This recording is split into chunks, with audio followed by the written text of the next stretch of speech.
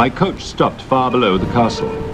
The moon had started to disappear behind one tower, and even in silhouette, the infamous fortress looked evil.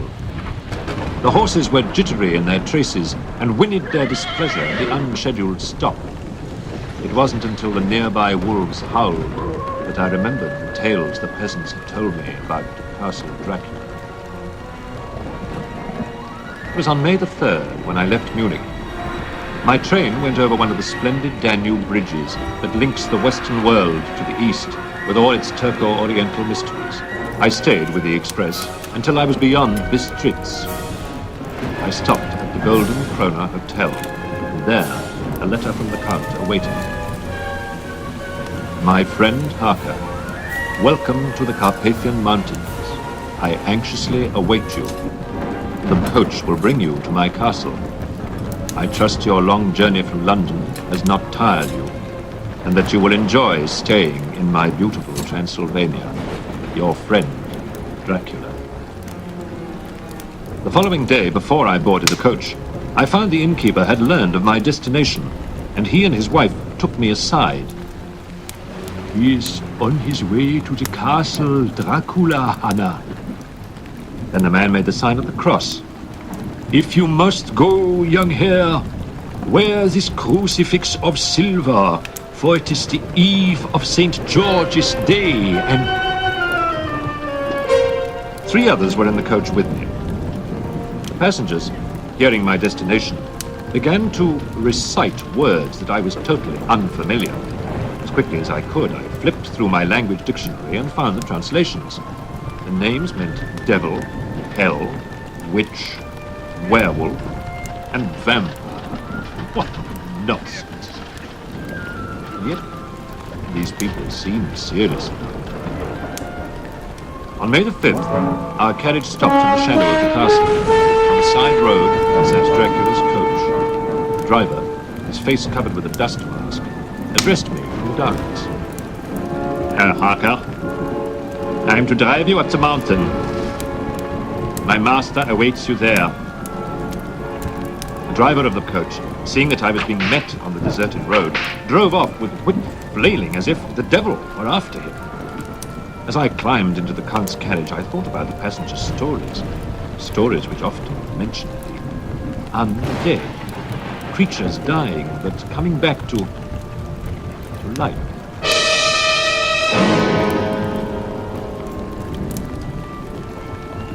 The carriage wound up a narrow road, closed in on either side by rocks and pines. All at once, I could pick out low, slinking forms gradually moving in close to us. Driver! Those wolves! Have they ever been known to attack?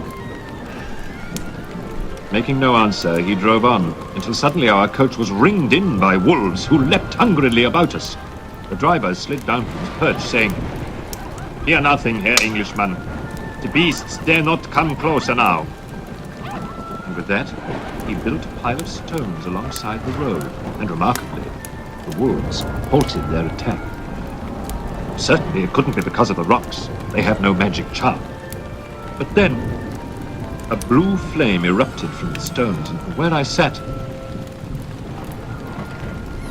it must be my tired eyes, or the long journey, but the driver looks transparent.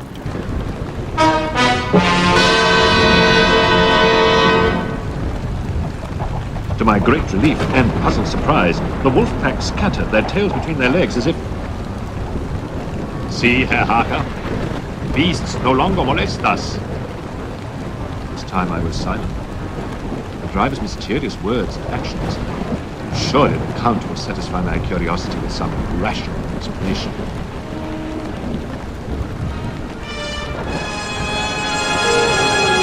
Upon close inspection from the courtyard, it seemed that the castle had not been taken care of for centuries. The driver's curt words brought me back from my battle.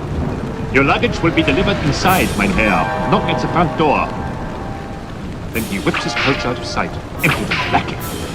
But at least he responded to no one answered the front door. My pounding fist caused the unlatched door to swing open. Bats flitted out. I was too amazed and frightened at the moment. What a strange and sinister dwelling. What manner of man is my host? I found my answer almost immediately. In the dim, somber glow of candlelight, I caught my breath as I first glimpsed the castle's master and heard his softly familiar voice. I am Count Dracula. Welcome to my home, Herr Harker. I trust you had a safe journey. The winter has been harsh, and the wolves can be unpleasant. Please come in. My castle is yours. Dinner is waiting for you. Follow me. And with that, he held his candle high enough for me to see the hallway as he led me to the dining room. If the elements had been harsh to the rock and the mortar on the outside of the castle, then the dampness and neglect had just as greatly mutilated the interior. Cobwebs, boasting families of spiders, draped every arch and garden. In the dining room, I fell to hungrily. The food was good, but I noticed a strange thing. Count Dracula, you're not dining. I have already dined. After the meal, we went into the study, which was indeed another study in negligence. To business. I handed him the papers from Peter Hawkins, my London colleague. As he reached out and took them from me, I noticed his hands for the first time. How strange. Dracula has hairy palms.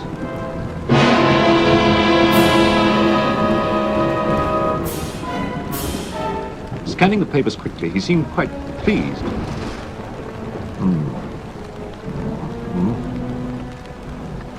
20-acre estate called Carfax. Secluded, high stone wall, outskirts of London. Excellent, Harker. Excellent. Just what I wanted. With that, he carefully put the papers away and turned the conversation to other things.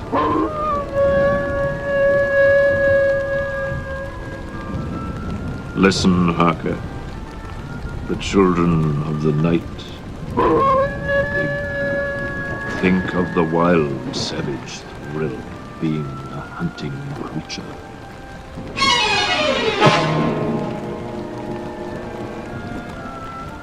As he later led me upstairs, I couldn't help but think what a strange thing to say. He seemed anxious to get me settled for the night and hurried me along. But it is late. Your bedroom is this way. Sleep as late as you wish, Harker. Amuse yourself during the day tomorrow. I cannot see you until the evening. Though I never was a man vain enough to keep a diary, I did feel that the extraordinary occurrences of my trip warranted at least a journal. So, for the first time in my life, I kept track of the day-by-day happenings. Harker's Journal, May the 8th. And so began my strange, nocturnal life with Count Dracula. He shuns the daylight hours. We spend long nights together, completing the business arrangements for the purchasing of the Carfax estate. I suppose he's not a bad chap, really. Why does he seem to shun the daylight? Why does he never eat? Why are there no servants in this castle? And why are there no mirrors in the whole place? Fortunately, I brought my own shaving glass. May the 10th. This evening, while I was shaving, Dracula came into my room. Good evening. Not having heard the Count enter my room, but hearing his voice behind me and feeling his hand on my shoulder, I looked up, expecting to see his reflection. Why is there no image of Dracula in my mirror? Abruptly, in blazing anger, Dracula tore my mirror from its hook and dashed it with thousands of silver splinters. A mirror! They aren't allowed in my castle! The intensity of his anger startled me until I saw that he had regained control of his temper. That is, until he saw a cut I had made shaving. You cut yourself, Father. Blood on your throat. pupils of his eyes dilated. He gripped me by the shoulder, his nails dug into my flesh. As I twisted away, my shirt pulled loose and revealed the silver crucifix the old peasant lady had given me. The Count clawed his temple in pain and reared back from the cross. "The cursed cross!" he gasped. I pulled the crucifix free from my shirt and held it before me, and Dracula retreated, finally darting out of the door of my room. No mirror image, craving of human blood, fearful of the crucifix. In my mind, I could picture the little old woman who had given me the silver cross. "Beware, young hare, of the vampire."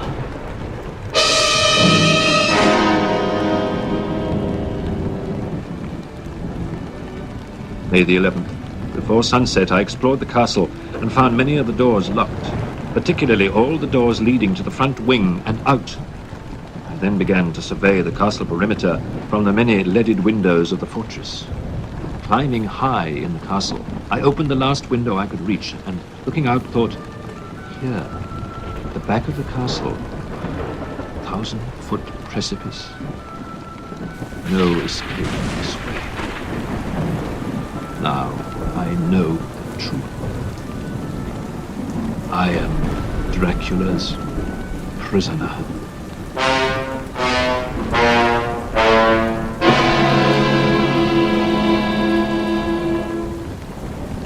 The next evening, hiding my fears, I queried Count Dracula about his ancestry out of morbid curiosity. He seemed delighted with my fraudulent interest and expounded at length on his heritage. My people built an empire lasting in many centuries. Turks battered at our borders. How well I remember those fierce battles. The blood of many Dracula kinsmen spilling into the soil. Good Lord, he speaks as if he were there in person. It was then that I looked carefully at the portrait he continually referred to. The painted eyes first attracted my interest. Can this be his own portrait? What manner of man can still be alive today, 600 years later?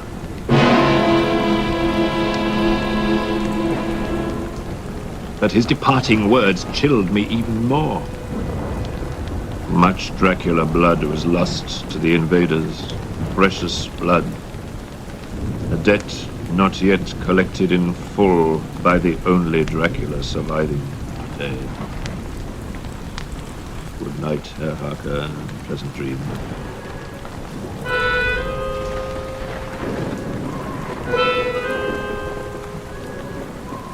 Later, too restless for sleep, I gazed down into the courtyard near my bedchamber when suddenly I saw what had to be a crawling figure. It's Dracula leaving his quarters. He's going down that vertical wall like a huge lizard. I realized my opportunity. With him away, now is my chance to use this poker to pry open the door leading to his wing of the castle. Perhaps there is a way to the outside world in there. I went through many doors, but I came finally to an immovable barrier. From my prison of nameless horrors, I wandered back through many ancient, undisturbed rooms. I've lost my way. I'm weary. Let me rest. Dozing, I awoke with a start to find 3 women standing over me.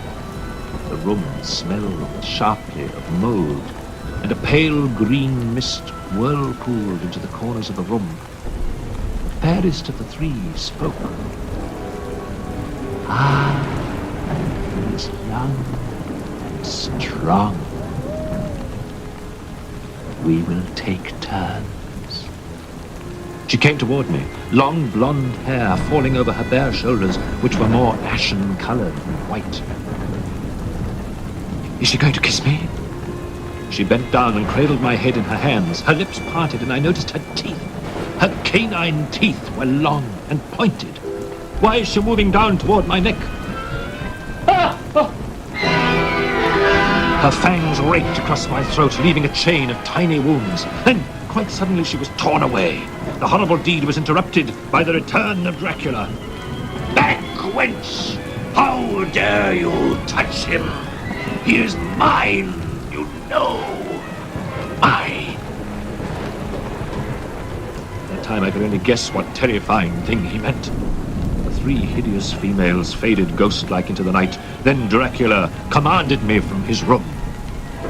As for you, English fool, do not again invade my quarters, or you will meet your own madness.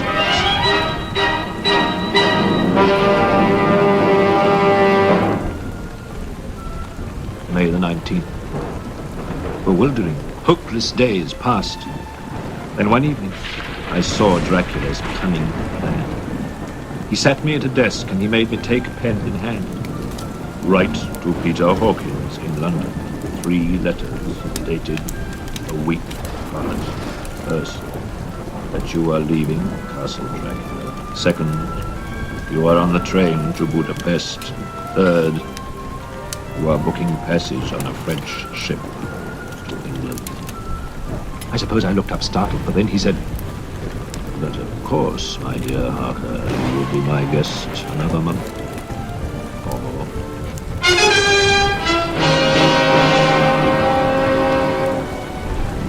May 28th.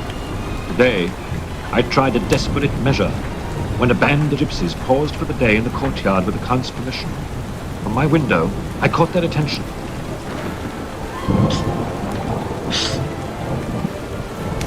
Deliver this note to the authorities, and the gold sovereign is yours. I threw down a note which one of them picked up. He examined the gold piece. Do not fail. It is life and death for me. But that evening, to my utter dismay, I watched the Count burn my letter to the authorities. Scarni turned over this note to me, Margaret. It is a vile thing, an outrage upon friendship and hospitality. It is not signed, so it cannot matter to us. And he calmly held letter and envelope in the flame of the lamp until they were consumed. Then he went on. If you wish to leave, Margaret, why not go? I couldn't say anything for a moment, and then I said, "You're mocking me." To my complete surprise, he led me to the front portal of the castle and opened it for me. And this proves I mean it. Freedom is yours. Shame. Forgive me, Count Dracula. I must have imagined this boundary. Goodbye. As I turned to go down the stairs, my eyes caught movement at the bottom.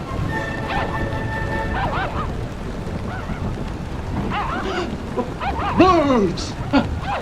Shut the door! Shut the door! I'll wait until the morning. Something changed. Then come back in, dear guest. With that, the door swung closed and was locked once more. June the 17th. Time passes drearily. Dracula does not molest me, seeming busy with other important projects, for which he calls in peasant wagons. The men have immediately got to work with shovels. Why are the Slovak wagon men hauling away pine boxes filled with fresh earth? Dracula oversees the whole proceedings. 50 boxes I want. Hurry.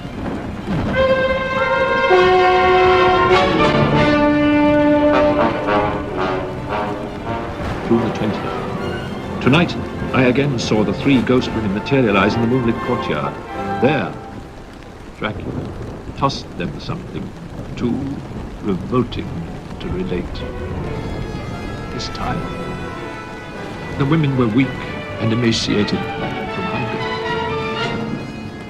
We starved. Dracula handed them a sack.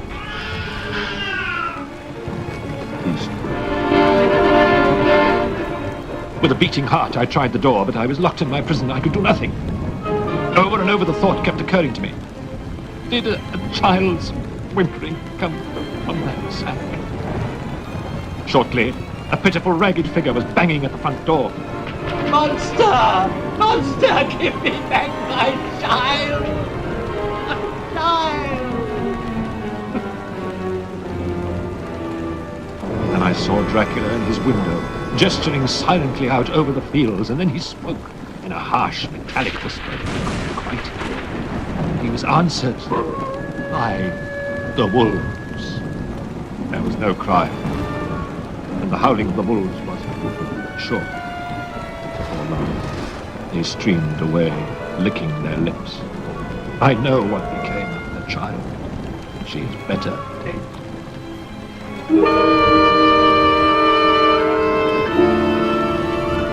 June the 25th. Today, through a combination of bravado and desperation, a daring plan came to me.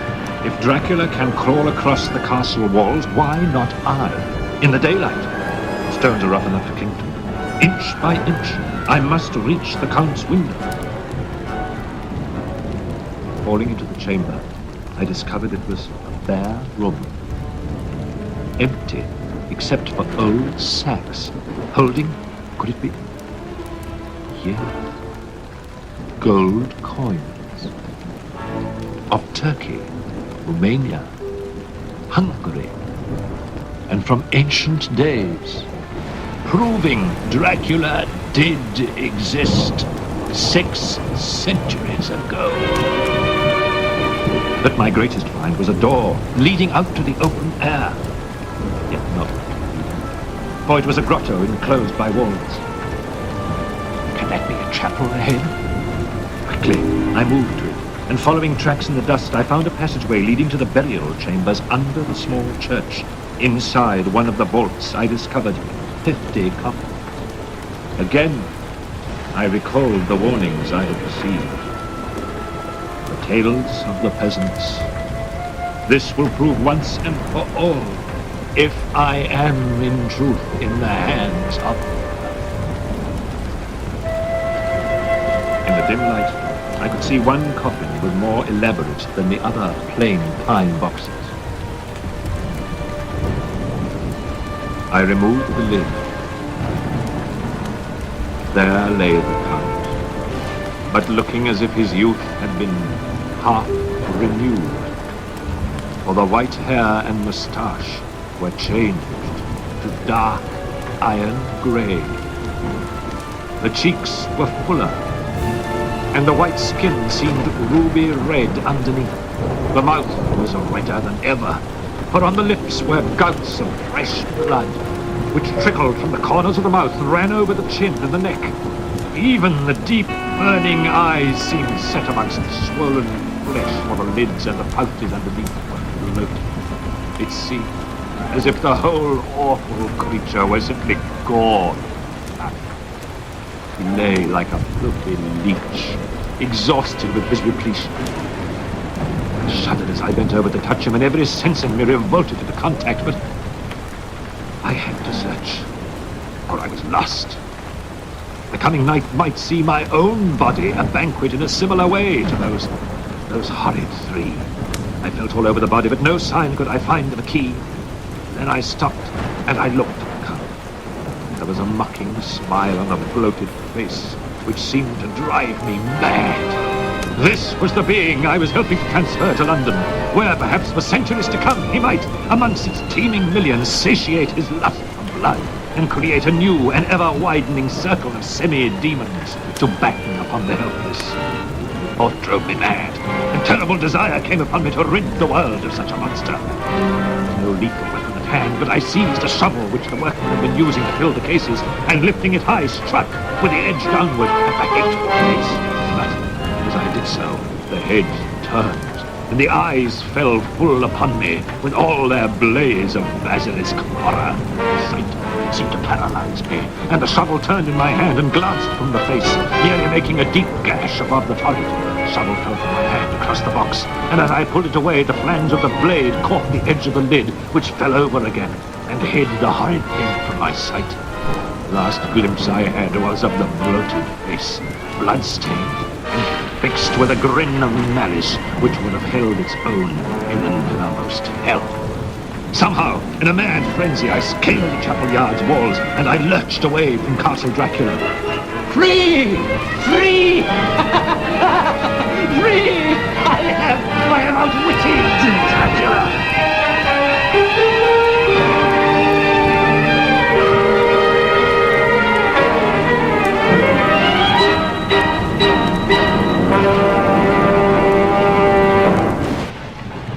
I remember nothing more until I awoke in the Budapest sanatorium. The shock of my experience caused me to rave incessantly for the first few days, and the hospital staff considered me quite mad. Quiet now, said my nurse. Try to sleep. And sleep I did for many days. Soon I was much better. But as I found out later, another madman in a London sanatorium perplexed Dr. John Seward on his rounds. Renfield, why do you capture and eat flies? Common, ordinary, useless flies.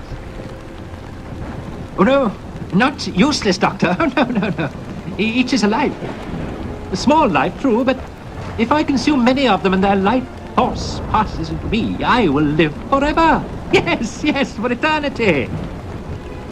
Yet the madman Renfield, his mind often prophesying, spoke of a ship that the doctor knew nothing about. The ship, Demeter, is taking 50 boxes of earth aboard. The crew is doomed. The doomed.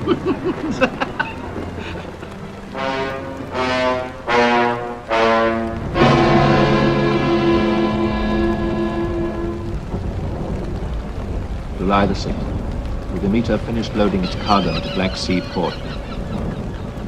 48, 49, 50 boxes of earth. Why in the world should anybody ship cheap dirt from Transylvania to England? Strange. More than strange were the events to follow on the crossing of the Mediterranean. Mine missing, sir. Petrovsky. Just vanished last night. No one heard him go over. July the 17th. The captain's log recorded that the crew acted frightened. And one night in a gale, a man making his rounds heard the forward watch say, That tall, thin figure with the gleaming red eyes, who in heaven's name is it? July the 24th. The Demeter passed Gibraltar, and a second man was found missing. The captain ordered the ship searched from fore to aft. No stowaway, sir. No stowaway aboard. It's somebody or something is doing away with my men. From then on, the ship's log recorded in brief phrases the nightly disappearances of the crew. One by one, the hands met silent extinction aboard the ship of horror, until the captain prowled the decks one morning to find I'm alone.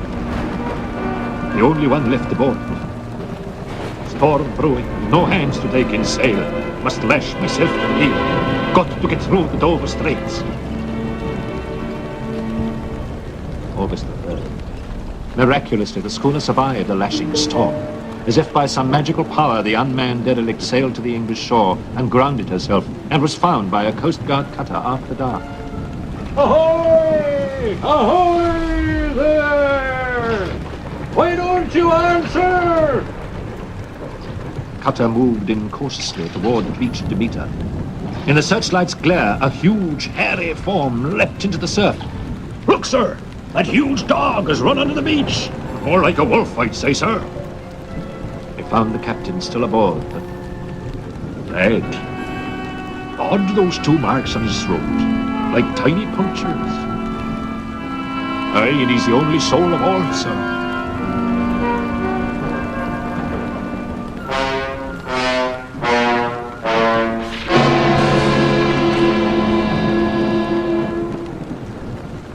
Eight days later, on August the 11th, those same words were echoed by Dr. John Seward, examining a Miss Lucy Westenra of London.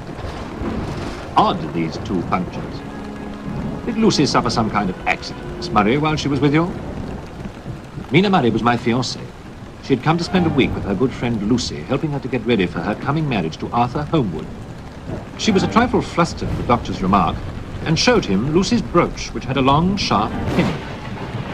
Clumsy of me, Dr. Seward. I must have accidentally jabbed her. You see, continued Mina, when I found Lucy sleepwalking last night, I must have jabbed her accidentally.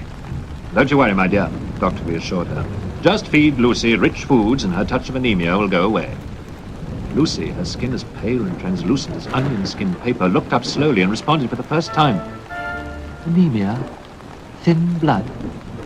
Is that why I feel so feeble?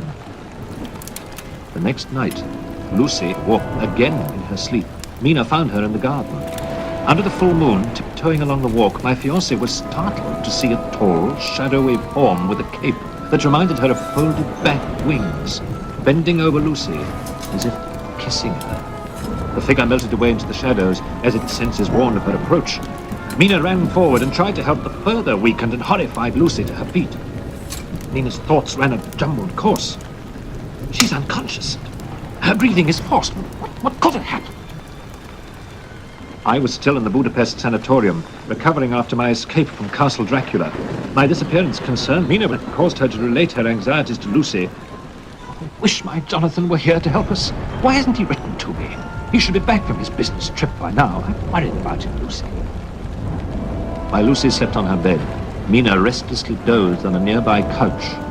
A flapping sound instantly brought her from her light sleep. What is that noise?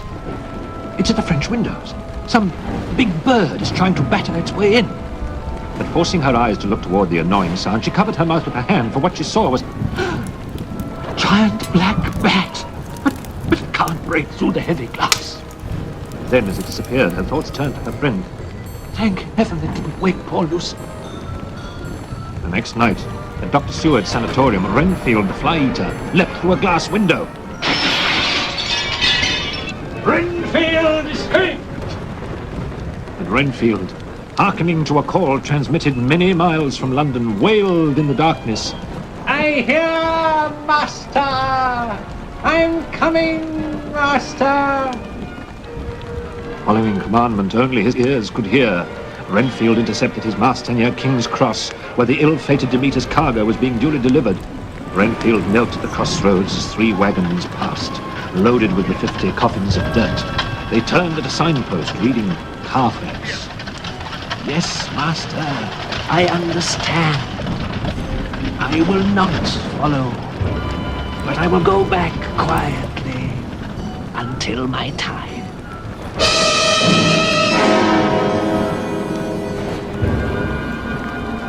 The wagons arrived at Carfax, which Dracula had purchased through me. The old mansion would suit the Count ideally. The drayman carried the heavy coffins into the chapel, complaining, as all of us are apt to do. Oh, we've got to put them all in the old church. Hoist away. Oh, plenty heavy. Oh, well, none of our business why the new owner imported. 2 days later, my fiancée received news about me. The note read as follows. Dear Miss Wilhelmina Murray, Mr. Jonathan Harker has been our patient for 6 weeks. He has been the victim of a violent brain fever and is at present unable to write to you himself. But he is improving rapidly and expresses the wish to see you soon. Sincerely yours, Sister Agatha, Blessed Sacrament Hospital, Budapest, Hungary. Forgetting Lucy for the time, Mina worried about me. Oh, my poor dear. I'll take the next train the fastest. On the Orient Express, Mina looked over the hospital report the sister had included in the letter. Her anxiety for me was augmented by the fact that the hospital report said that I raved about demons, wolves, vampires, and blood. My poor darling.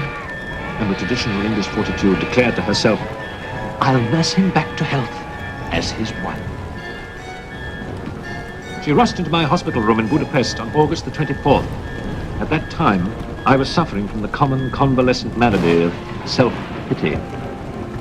Mina, my mind. I may never be fully cured. Your husband would be but a wreck of a man. But Mina was determined. Nonsense, my dear. Here comes the English minister. I arranged for our wedding here. Dear Mina proved worthy of her own esteem and even put up with my occasional prophecies of doom. My dear wife, oh, my dear, dear one, will misery be yours instead of happiness? My dearest, I want you to take this journal of mine and seal it so that you will never know what I have seen. It's all so vague, even in my own mind.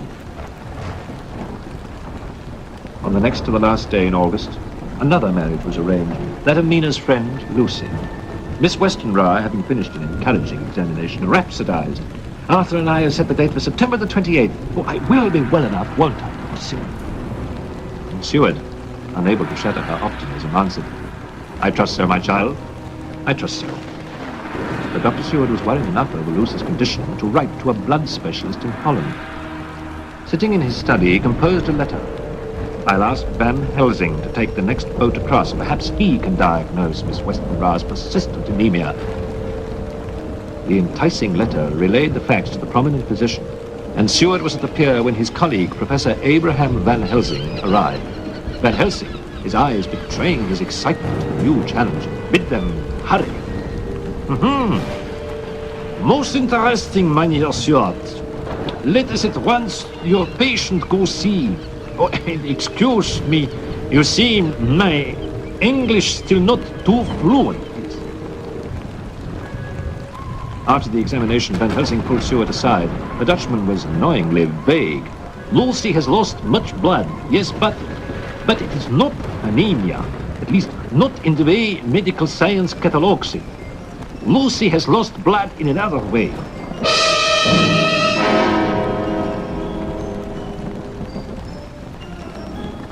September the 4th, Van Helsing went back to his Holland office to consult books not found in scientific libraries. Some of the obscure books were titled Demonology, Witchcraft, Superstitious Myths, Lycanthropy, Vampire Legends. Van Helsing knew that only among these lay Lucy's salvation, if he was in time. He returned to London on September the 7th and re-examined Lucy, who was now failing at an alarming rate. Lucy repeated her terror. Yes, Dr. Van Helsing, this nightmare of being visited by someone, a tall man in black, occurs almost nightly. What? Said Van Helsing. Call her fiancé Arthur. No time there is to lose. No time.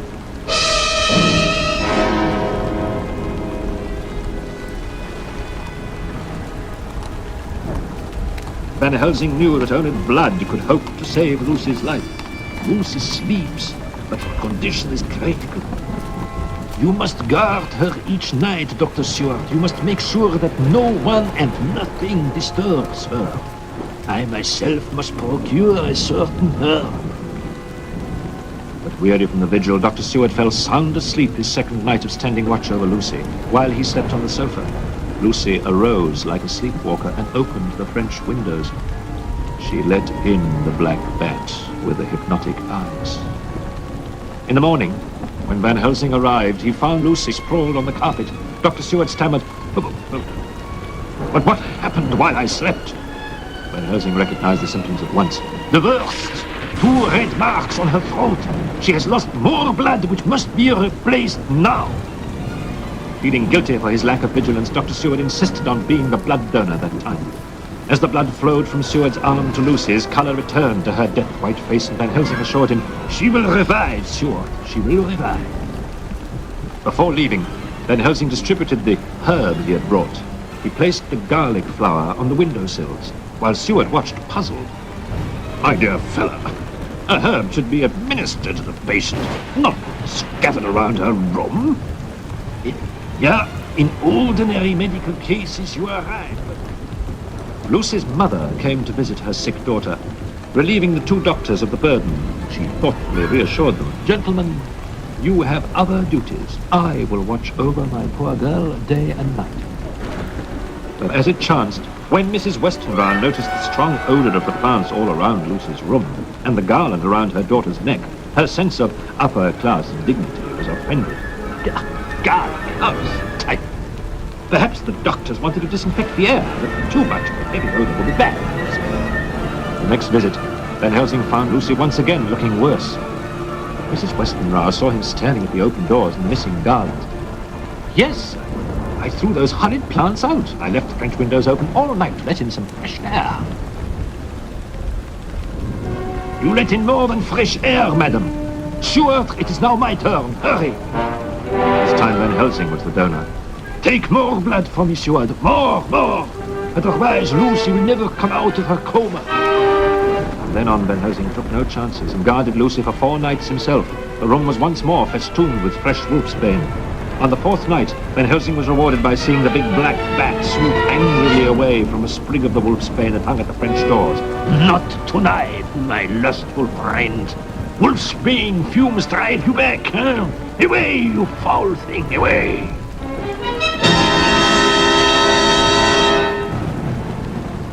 But not everywhere were things going so well. At the sanatorium, Dr. Seward was attacked by his mad patient. Renfield leapt out of the shadows of Seward's office, wielding a knife. As Seward threw up his arm in reflexive defense, the blade gashed his wrist, and blood rhythmically gushed out of the big artery that had been severed. Knife! My wrist! My wrist! Guards! Guards! The attendants rushed in to find a shocking sight. Renfield was kneeling on the floor, lapping up the pool of blood that had come from the doctor's wrist. Disregarding his own danger, Seward directed the capture of Renfield. Quick! Quick! The straitjacket! Watch out! Watch out! He's a wild primitive, a wild animal!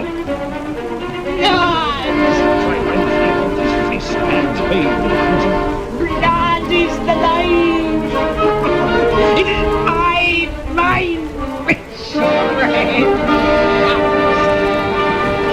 Maniacal strength, Renfield fought off the attendants and escaped, again as if following a command. I come, master, I come! Nearing Carfax Abbey, where Draymond had been called to cart away some of the 50 pine boxes filled with the black dirt, Renfield knelt as the boxes went past and wept.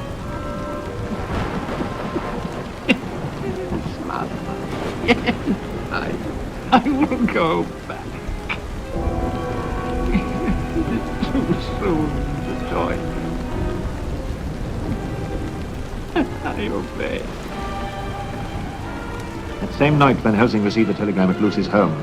Another important consultation. I warn you, Mrs. Westenra, do not remove this wolf's bane or you will jeopardize your own life as well as that of your daughter. 3 hours after Van Helsing had left, a gaunt, grey form leapt from the night and smashed its head through the French windows. Its attack was brought up short when its nose plunged through one of the gardens. Lucy sat up in bed terrified. Her mother collapsed. Heaven help us. Mother, it's all right. The wolf's bane stopped her. The wolf's bane. The wolf's visit had done more than simply break the pane of glass.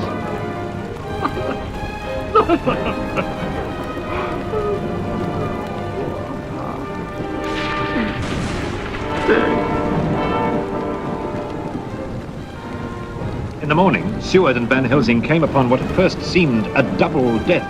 Lucy lay sprawled near her mother on the floor. Van Helsing, taking Lucy's wrist, announced, "A faint pulse. A very faint one. Lucy is alive, but only an immediate transfusion can save her. Where can we find a donor? This time, this quickly." As if in answer, the door opened and Quincy Morris stepped in. Morris, a chap of cheerful fatalism, spoke with his normal, unaffected abandon. "Why, hello there. I'm Quincy Morris, wartime friend of Arthur Homewood, and, I say, what goes on here?" Van Helsing was equally as blunt. "Young man, roll up your sleeve if you wish to save your friend's fiancée."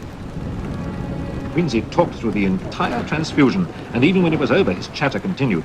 4 times in 10 days, you say? New blood poured into Lucy's veins? Well, what took the blood out? Van Helsing clapped his hands joyfully. "Ha ha ha! A sharp young man who to the point comes. It is not anemia or any physical ailment, but it's a person. One who... But no. I cannot yet shock you with the real truth. Not until we see if there is any change in Lucy's condition."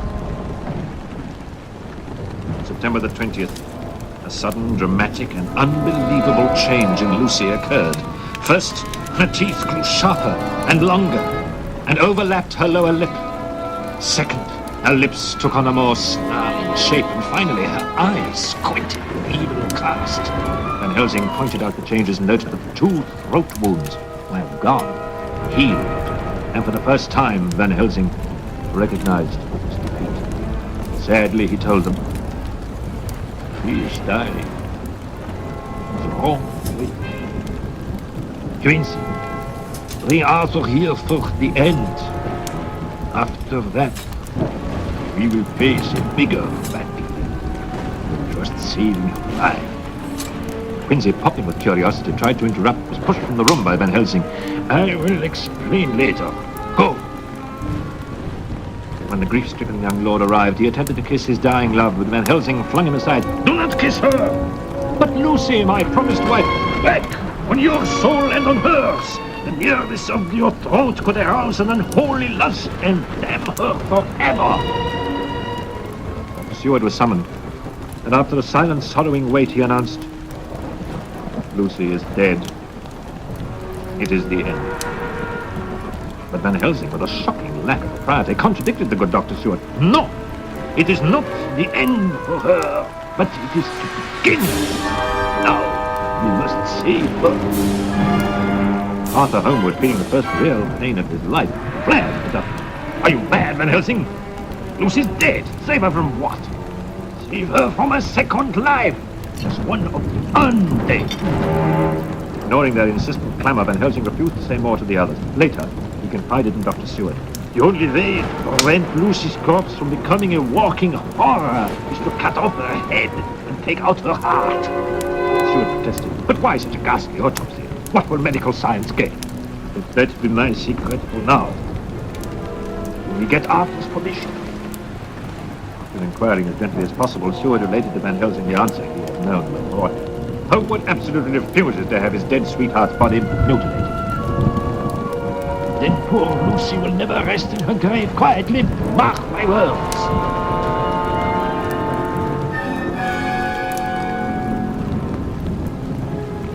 Pell-mell record! Hampstead horror strikes again! London Times, another child missing. Daily Mail, 4 kiddies lured. Exeter Express, strange woman suspected. Westminster Gazette, special edition, another child lured by bloofer lady. Missing overnight, boy dazed when found, seemed uninjured. Mina and I just arrived in London after my release from the sanatorium in Budapest. I was at home with Mina when my paper arrived. Mina, this story in the Gazette about the bloofer lady. 2 tiny punctures on the throat of a child. Why do you look so agitated? She asked me. It reminds me of Transylvania and Castle Dracula. The nightmare I lived there. No, you are not to think those things, my dear. You promised. I tried my best not to. But fate or coincidence intervened on September the 23rd, while we were taking our evening stroll down Piccadilly. I suddenly gasped as a man passed by. Mina, her arm through mine, sensed my shock. Jonathan, dear, what's wrong? It's Dracula!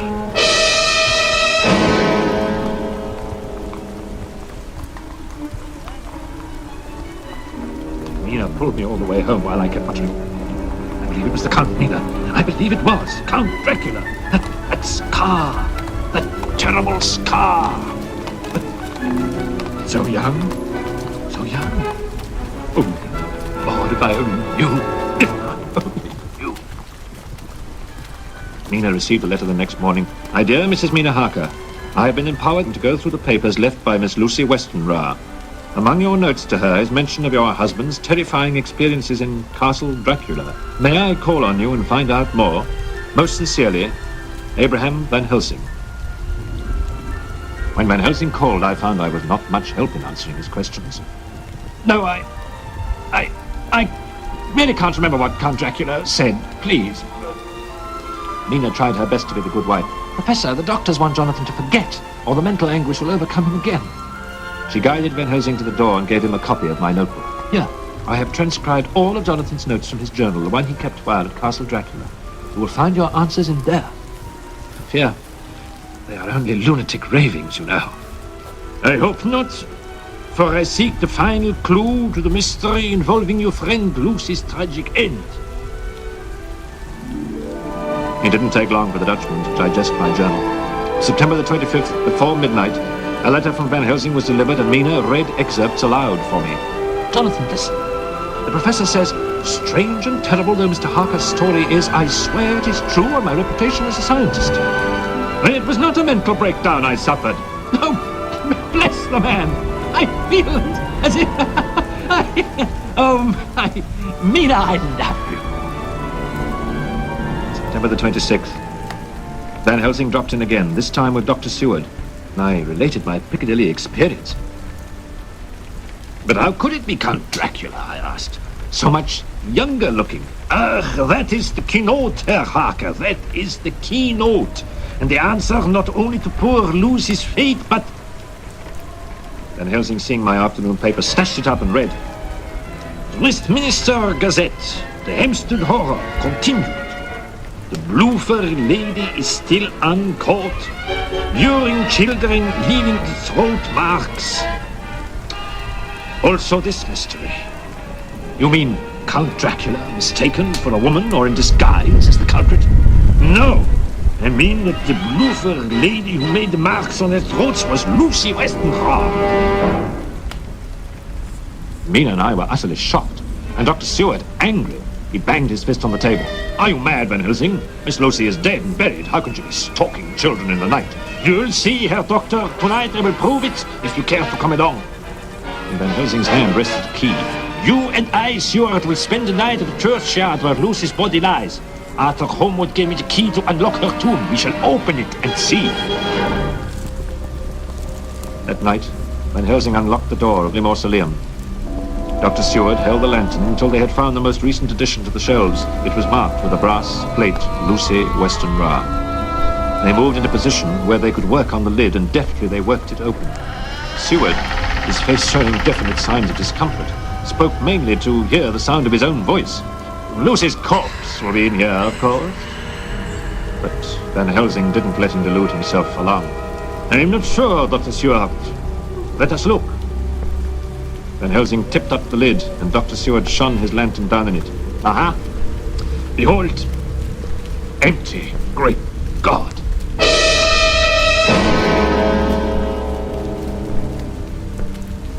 While Seward recovered, the professor closed the lid in a bored, I told you so manner. But, protested Seward, of course, it's body snatchers. They sell corpses to the medical schools, as you and I both very well know. They took Lucy's remains. That must be the answer. But it's not, Herr Doctor. We will obtain the real evidence when she returns. In the bat-inhabited church belonging to the cemetery, the clock tolled midnight, and 1 and 2. 2 men shivered in the night chill, but snapped erect when Van Helsing pointed to a smoky form moving through the trees. Sure. There, that white figure gliding towards the crypt. Good heavens, is it carrying a child? And again, by some means we didn't understand, the figure sensed the 2 trespassers and released the infant. Then it darted to the tomb entrance, and as it did, it turned its face towards the 2 men. See, it is Lucy, the blue-fur lady, here to quickly examine the throat of the child. Racing to the youngster, the doctors immediately scrutinized her throat. No marks, thank heaven. We were in time. Yes, we were in time to interrupt Lucy's repast. Listen, hear her coffin lid creaking shut. Night after night she has been sleeping forth, preying on the blood of children.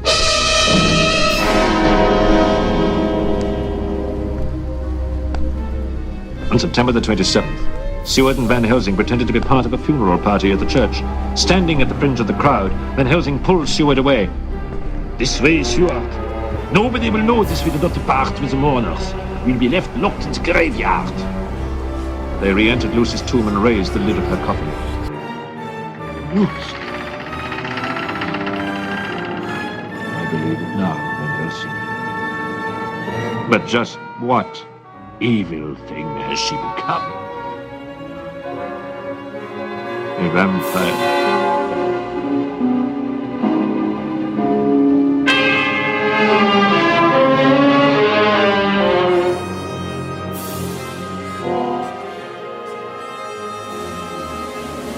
They had walked away from the churchyard before they could speak again. So that was why you once asked to mutilate Lucy's body. Yes.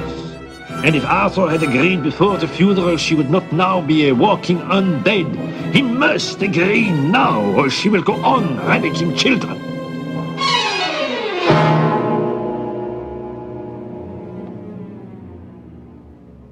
On September the 28th, the grim and solemn meeting was called between Professor Van Helsing, Dr. Seward, Arthur Holmwood, and Quincy Morris.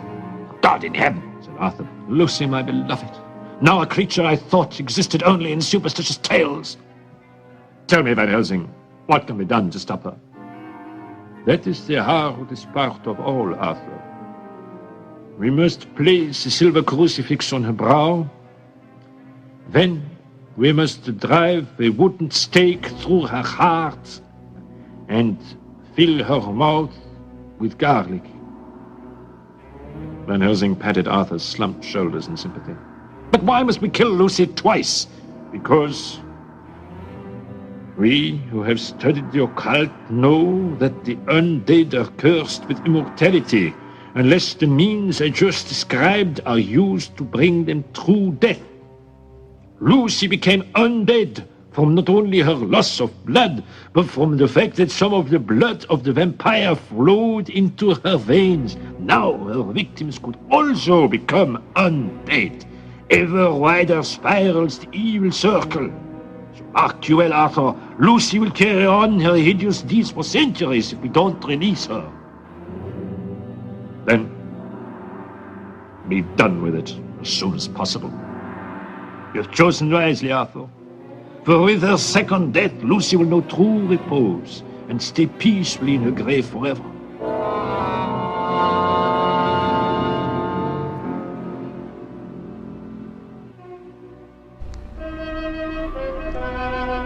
At midnight, 4 men climbed the wall of the churchyard. Entering the tomb, they clustered around Lucy's coffin as Van Helsing pried open the lid with a crowbar. It was empty, of course. Lucy was out foraging for children.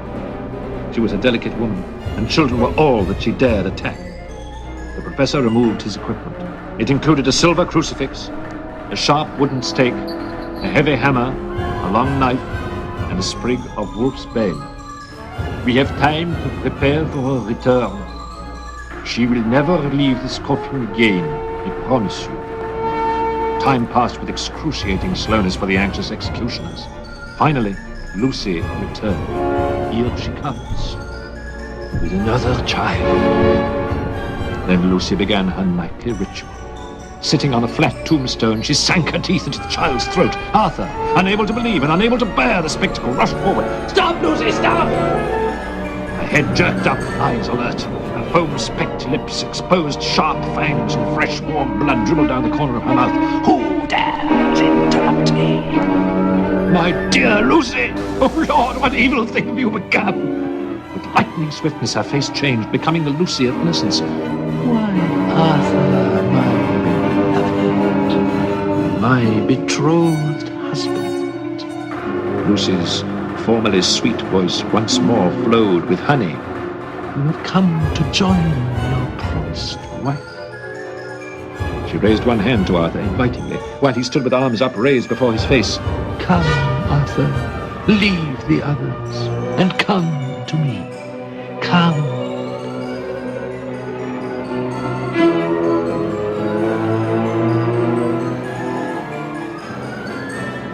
Van Helsing rushed up to Arthur, shouting his warning. She must not touch you, Arthur! He ran between them, holding up the silver crucifix, its bright surfaces reflecting the moonbeams. It seemed to flame in his hand. Lucy recoiled in fear. Dropping the child, she fled to her tomb. The men stared after her. Before their eyes, a startling phenomenon took place. Arthur broke the sudden silence. Incredible! She wafted herself through that solid door. The undead have many powers, Arthur. They can also turn into wolves and into bats at will. They paused for a moment's solemn reflection, as seemed fitting to the surroundings and to the deed they were about to execute. Quincy, you take care of that poor child while the rest of us go in to finish. Following the preliminaries, Van Helsing picked up the stake and the hammer with distaste, but suddenly Arthur Holmwood seized them away. No, let me do it. Let me release my beloved Lucy from her horrible spell and give her eternal rest. You are brave, Arthur. So, now hold the stake in your left hand, place the point over her heart, and now, strike, Arthur, strike.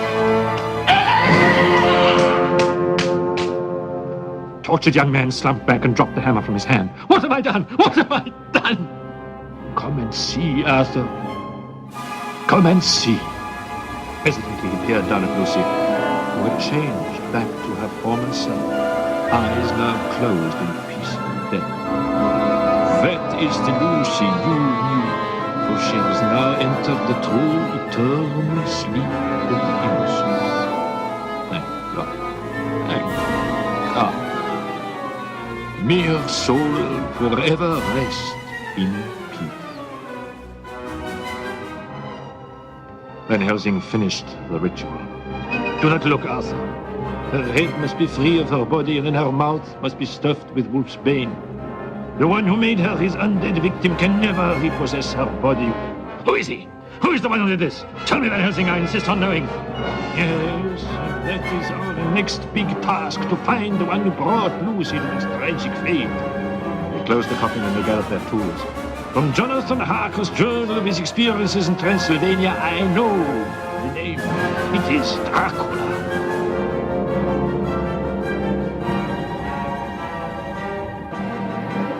Following evening, Van Helsing came by to tell Mina about the events involving her late friend.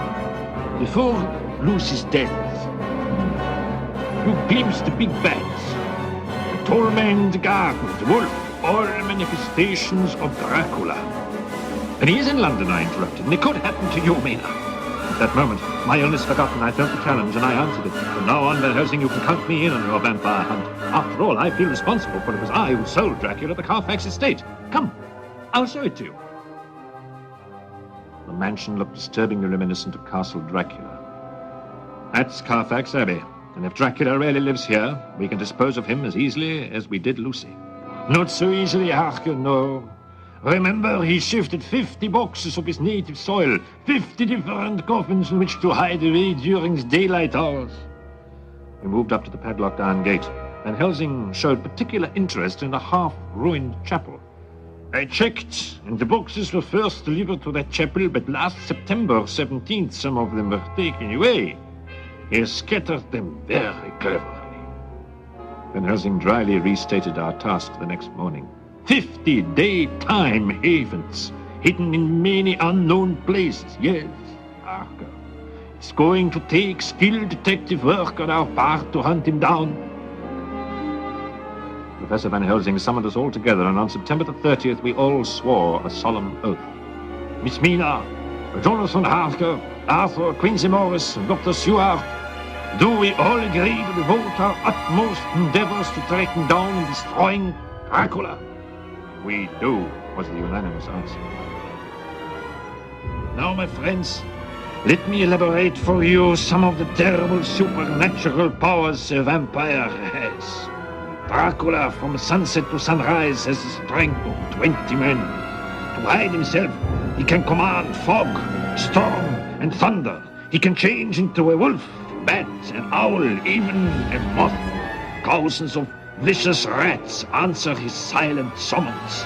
He can vanish entirely, grow huge or very tiny. He throws no shadow and shows no mirror image. He can transform himself.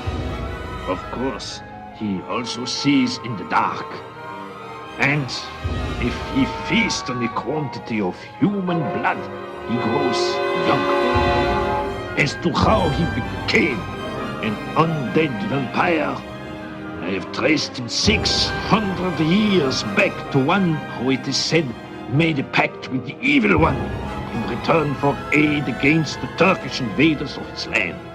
He was killed in battle, but through the dark powers he arose, thirsting thereafter for blood.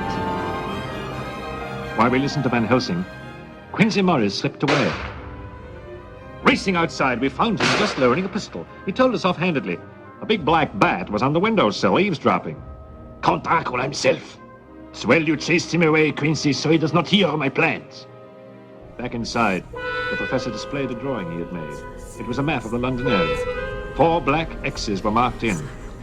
By inquiring amongst the delivery people, I found out his 50 boxes of earth are distributed in these 4 places. We must visit them one by one and destroy them. Carfax boxes first. Stewart then spoke up. My sanatorium is near Carfax. Why not make it our headquarters? We spent the day gathering various equipment and weapons together. Pistols, machetes, flash lamps, house-breaking tools, wolf's bane, and silver crucifixes. At dawn tomorrow, we will visit Dracula's first lair, the Carfax Abbey. The next day was October the 3rd. As at 4 o'clock in the morning, a screaming wail was abruptly heard from Renfield's room. We all dashed in to find him lying on the floor in a spreading pond of blood. For once, it was his own. Renfield, monsieur, what happened? Who did this to you? Van Helsing answered for him. I can tell you, Dracula. But why should he attack this poor demented soul unless... We must get his story. Hurry! The dying man gasped out his tale from a hospital bed, prompted by the Dutchman. A mist appeared outside your window, yeah? Yeah. And then? Out of the mist floated a tall figure in black with burning red eyes. It was Dracula. He threatened me. He said... You saw what I did last night, Renfield. But you must never tell Dr. Seward. Understand? I rushed amongst their rage. With terrible strength, he lifted me high and threw me to the floor. You see, he did not want you to know that he had begun drinking from a new victim. Me and her. Nobody had noticed that I was not with them, and when they rushed to our room, they found me in a stupor, while Dracula was at Mina's throat. Van Helsing had led them into our room behind the protection of a crucifix. Fools, your league against me will never win. But Van Helsing drove him back. The crucifix can drive me away now, but the deed is already done. And with that, he dematerialized into a smoke that curled under the door and disappeared as his voice faded with it. Mina Harker is the one of us now, and she will aid me against you. When poor Mina and I awoke from our mesmeric daze, we were told the terrible truth. My dear wife went to pieces, crying and pleading. Oh, please kill me now, Jonathan, so I cannot turn against you. Please, please, my darling, if you love me. Your death is the last thing we want now, Van Helsing reminded her. For you would arise, walk from your grave, and become what Lucy was. Only by living can you help us defeat Dracula. Much to my horror, Mina's features started the same transformation that I had seen in Lucy. She could even feel a change herself. I can hear mental commands emanating from him now. Mental commands telling me to find out your plans for him. Yeah, but two can play at that game, my dear.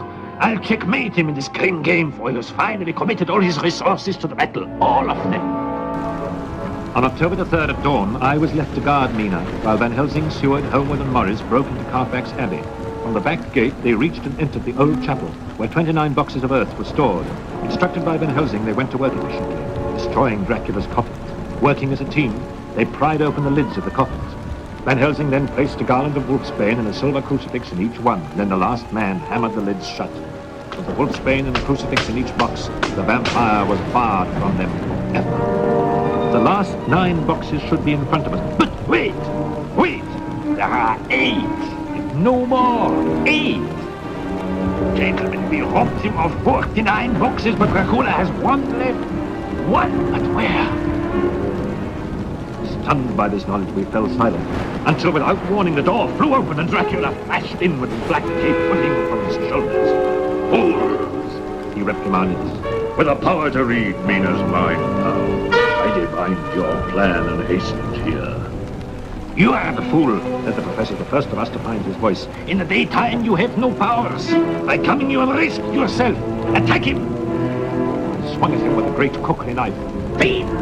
For tainting my wife! Dracula avoided the blow like a cat. Ah! You are beloved. He leapt out of a nearby window, leaving us with nothing but his fading words.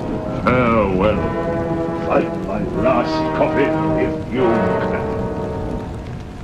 Arthur was quick to realize that it was a drop of 30 feet to the courtyard below and ran to the window to see if he was injured. But Van Helsing wasn't as optimistic as Arthur was and reluctantly said, It's a vain hope, Arthur. He is not subject to mortal harm like we are. He is escaping to his last coffin, and we must find him.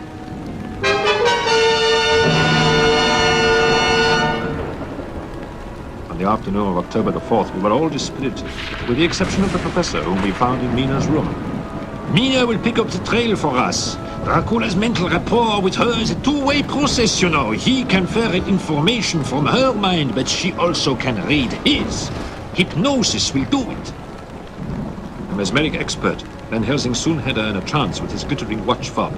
Sleep. Sleep. Now, reach out with your mind. Feel for Dracula's. What do you see? What do you hear or feel? All dark around you. I feel still, enclosed in a box. I hear water gurgling by, waves slapping, ropes and pulleys creaking. Van Helsing was elated as he snapped his fingers and woke her up. He has done it! Dracula in his last coffin is in a ship. And a sailing ship, since she heard ropes and pulleys hoisting sails. Dracula has left England. Great relief swept over me. We'd won. Driven him away. He would no longer plague Mina and prey on London's millions. My elation was deflated by the Dutchman. No, we have lost temporarily, Jonathan. Unless we follow and destroy him, Mina will meet the same fate as did Lucy. Only the Count's second death will free her from the curse. In distress, I reminded him of our predicament. But we don't know where Dracula is going, or what ship he took. If you're lucky, mein Herr, and too many ships did not sail in the past hours, we can find out. The only sailing ship that had embarked since the previous noon was the Tsarina Katerina, bound for Varna, Bulgaria. He was going back to Castle Dracula. The vessel was scheduled to reach Varna on October the 17th. If we cross the channel by boat and then train at Paris, we can beat him there and be waiting at the docks. Nina insisted that if Dracula escaped and she died and was doomed to emerge from her grave to stalk the night like Lucy, that we must first do something important for her. You will have to give me the second death, too. So, please, I want a holy service now. Do as she wishes, Jonathan, my friend. Even I am not sure of the outcome, for Dracula will have an advantage in his homeland. Our friends were called in for the somber funeral service for the living and slain. Van Helsing concluded the service with a wish. And may you rest in peace. You will see that I do, Professor. On October the 12th, our party of 6 crossed the Channel and took the Orange Express out of Paris, bound for the Black Sea. Under hypnosis, Mina kept us informed of the ship's progress. Rough waters, warning bell clanging from shore. Van Helsing recognized it as the Dardanelles. The Tsarina Katerina would therefore make Varna on the 17th, and we would arrive on the 16th. On the 17th, we waited all day at the docks, but it was overdue what had happened. Under hypnosis, Mina told us. Fog, surrounding the ship constantly. An unnatural fog. Captain and helmsman baffled. Going past Varna. What? Leaving his casket at night, Dracula came on deck and has created the fog. He also has rapport with Mina's mind, and he knows we are waiting here.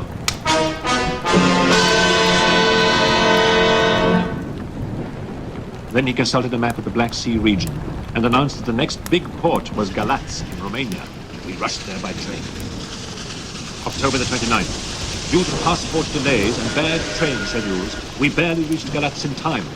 We found the sailing ship anchored out in the harbor as the sun set. Customs wouldn't let her unload until the morning. But with his night powers, can't he change form again and escape to the shore? No, he can't. There are natural laws limiting a vampire's powers. One of them is that he cannot cross running water, so he is trapped aboard the ship until dawn. For the entire next day, we watched the cargo being taken off. No coffin was removed. Captain, you left England with a pine box, a casket. Where is it? Gone, sir. Gone? Somebody came aboard during the night and took it away. The deck watch saw the derry rowing away when it was too late to stop it.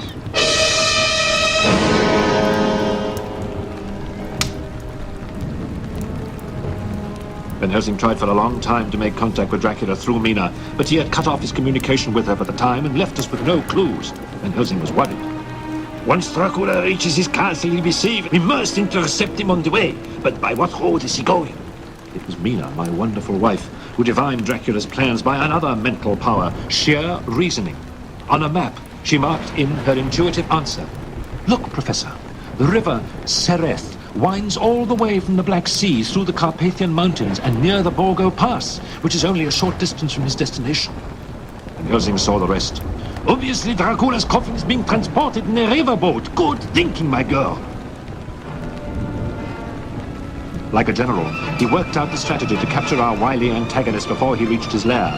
He paired us up and gave us our assignments. You and Arthur will chase him upriver by motor launch. Quincy and Dr. Seward will go by horse on an overland route. Mina and I will go to the Borgo Pass by coach. This gives us 3 chances to waylay his coffin in time. The morning of October the 31st, we had made all arrangements, and Van Helsing gave us our final encouragement. Good luck all, may we meet in safety and victory. Godspeed. November the 1st and November the 5th, our team continued our part of the chase. Our pair of horsemen rode steadily through high mountain passes, taking every possible shortcut. But in the coach, Mina suddenly stiffened. Professor, Dracula has just recontacted my mind. I can feel it. Then he must be ascertaining our pursuit plans so he can retaliate. November the 6th. Mina and Van Helsing stopped to eat. The 3 female vampires who had once almost victimized me played their sad role. They beckoned. Come, Mina. You have Dracula's mark on your throat. You are one of us. Come. But Van Helsing recognized Mina's trance and cut a charmed circle with the crucifix in the ground, which saved Mina from their evil lure. The danger was over, and the 3 vampires screamed and drew back from the holy ring. Begone, wretched ones, your master can never claim this victim. With Mina asleep under his hypnotic powers, he left the coach to Castle Dracula. From the direction in my journal, he found the 3 graves of the undead women and drove stakes through their hearts and severed their heads. But Van Helsing had still another purpose in exploring the castle, and that was to find the tomb of Dracula himself. In the chapel where I had found Dracula and struck him with a shovel, Van Helsing placed 3 crucifixes inside all 4 coffins there, and sprigs of wolf's bane all around the edges of the lids. Then he declared, "The King of Vampires will never rest here again. No matter what the outcome, when we waylay him for the last battle."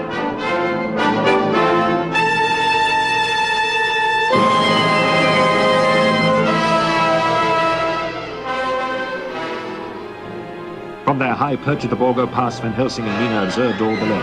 With binoculars, he pointed out for Mina Dracula's motor launch landing at the foot of the castle road. Slovak peasants loaded the casket on a wagon and whipped the oxen relentlessly, for they wanted to reach the castle before sunset.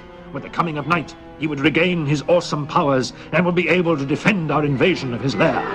The launch transporting Arthur and myself arrived shortly thereafter, only to be met by the band of armed Slovaks. Arthur, a commando at heart, led our attack. "Open fire with the rifles, Jonathan. The beggars have only got swords and knives." Fleeing, the peasants left their horses behind. We quickly mounted too, and again Arthur led off after the wagon and after Dracula's casket. "Jonathan, we must overtake them while it is yet daylight." 1 hour before sunset, all was coming to a tense, dramatic climax. The Slovaks with the wagon strained to reach the castle. Our horsemen strove to overtake them. At stake were 6 lives, for with the darkness, the casket would open, and out would spring Dracula, ready to wreak his hideous vengeance. A dozen Slovaks guarded the wagon in a grim circle, swords drawn and ready. A pitched battle was 4 men against a dozen, rifles against swords. Quincy Morris took a deep gash from his thigh to his knee, and was thrown off his horse. When Helsing, with the cunning of a buccaneer, attacked from an unexpected quarter, the remaining Slovaks and Zgani fled. We had won! But was it in time? We ran toward the wagon on which the casket lay. In another moment I knew it would be sunset. We will not have time to open the coffin. A great fury arose within me. This monster, who had nearly shattered my mind, who had placed his foul mark on my sweet wife. Nothing could have stopped me. I sprang on the wagon, and from somewhere, great strength flowed into me. I heaved the coffin off the wagon as if it were a toy. Fiend from hell! I screamed. Striking the ground, the casket split open like rotten fruit, revealing Dracula's sleeping form. Now is the time! Hurry! Van Helsing and Arthur moved forward, but halted at a cry from behind them. Quincy dragged himself up to the wagon, holding the fatal wound with one hand and a long knife with the other. Stop! It is my privilege before I die. I rushed in from the other side with a castaway Slovak sword. And let me finish the job I should have done months ago when I entered the castle of this beast. I teamed up with Quincy. Desperately opening his eyes and glaring his hatred, Dracula tried to stay our hands with his mental forces. With a hypnotic rhythm, we heard him say, "You are powerless, powerless. You cannot move. And in another moment, the sun will sink below the peaks and I will vanish." Sweat beaded on my brow. I seemed paralyzed. Quincy was unable to move. Had Dracula won at last? Then a shadow fell across the foot of Dracula, and as if receiving strength from it, he twisted, trying to worm his whole body into the darkness. His movement broke our spell. I was the first to move, and I kicked him, pinning him back into what sun was left. Quincy then pinned him and slammed his long knife through Dracula's heart and into the native soil beneath the vampire. And I, with both hands, lopped off Dracula's head. Mina. And the failing Quincy whispered, "For my life." Van Helsing tossed a silver crucifix on the body and vowed, "For humanity." Then, before our eyes, the one-time battle chief of the Magyars crumbled to dust, as he should have 600 years before. I shall be glad that as long as I live, even in that moment of final dissolution, there was on the face a look of peace, such as I never could have imagined might have rested. With our heads bowed, Mina covered the face of dead Quincy Morris with her shawl. For hundreds of years, Dracula had ravaged humanity. An undead plague. But now,